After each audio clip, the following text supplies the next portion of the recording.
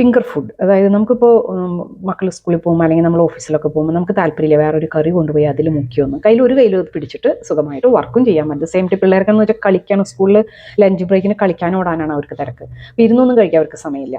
അപ്പോൾ അങ്ങനെ ചെയ്തെടുക്കാൻ പറ്റുന്ന ഒരു കാര്യമാണ്. നമുക്കറിയാം നോർത്തിലൊക്കെ എൻ്റെ ഓഫീസിലൊരു കുട്ടിയുണ്ട്, അവൾ സ്ഥിരം ഇതാണ് ചെയ്യുന്നത്. അവരൊക്കെ അപ്പോൾ നോർത്തിലൊക്കെ ഫിൽഡ് ചപ്പാത്തി അത് വളരെ ഈസി ആയിട്ട് ചെയ്യാമെന്ന് ഞാൻ എൻ്റെ ഈ ഓഫീസിലുള്ള എൻ്റെ കൊളീഗിൻ്റെ കയ്യിൽ നിന്നാണ് ഞാൻ പഠിച്ചത്. ഒരു പരിപ്പും ശർക്കരയും അങ്ങനത്തെയൊക്കെ വെച്ച് ഫില്ല് ചെയ്തിട്ടുണ്ട്. നമുക്ക് നമ്മുടെ മെയിൻ ചക്കയാണല്ലോ, അപ്പോൾ ഓഫീസിലേക്ക് കൊണ്ടുപോകുമ്പോൾ 2 മെയിൻ നമ്മൾ വെജിറ്റബിൾസ് വെച്ചിട്ട് ഫില്ല് ചെയ്യുക. പിന്നെ ഒരെണ്ണം ഞാൻ ഈ ചക്ക വരട്ടിയതുണ്ടല്ലോ അത് വെച്ചിട്ട്. അപ്പോൾ മധുരമായി, അതുപോലെ തന്നെ ഈ ലഞ്ചോ അല്ലെങ്കിൽ ബ്രേക്ക്ഫാസ്റ്റോ എന്തായാലും.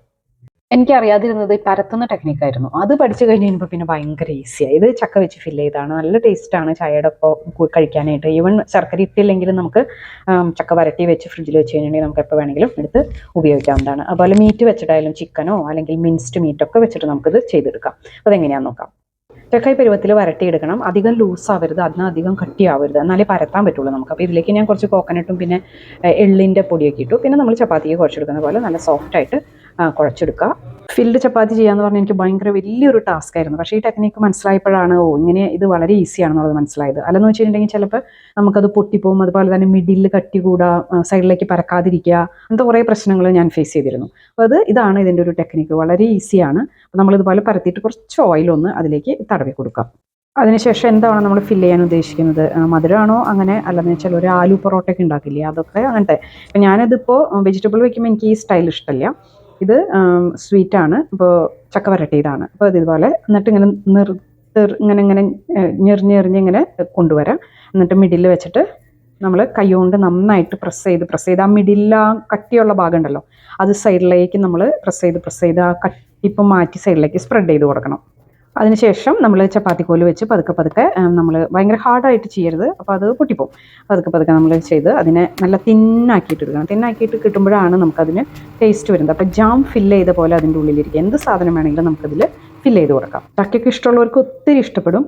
എന്നിട്ട് ഇത് നമ്മൾ ഇതിൻ്റെ മേലെ കുറച്ച് ഓയിൽ അല്ലെങ്കിൽ ബട്ടർ എന്താണോ നിങ്ങൾക്ക് താല്പര്യം അതൊന്ന് സ്പ്രെഡ് ചെയ്ത് കൊടുത്തിട്ട് നമ്മളിത് നന്നായിട്ട് ചൂടാക്കി വേവിച്ചെടുക്കണം. അപ്പോൾ പുറം നല്ല ക്രിസ്പി ആവണം.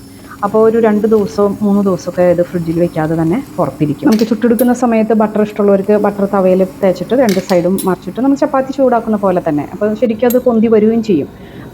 ഇനിയിപ്പോൾ ബട്ടറും ഓയിലും ഒന്നും വേണ്ടാതെ കഴിക്കേണ്ടവർക്ക് അങ്ങനെയും കഴിക്കാം. ബട്ടർ കഴിക്കുമ്പോൾ ഒരു പ്രത്യേക ടേസ്റ്റ് ഉണ്ട്.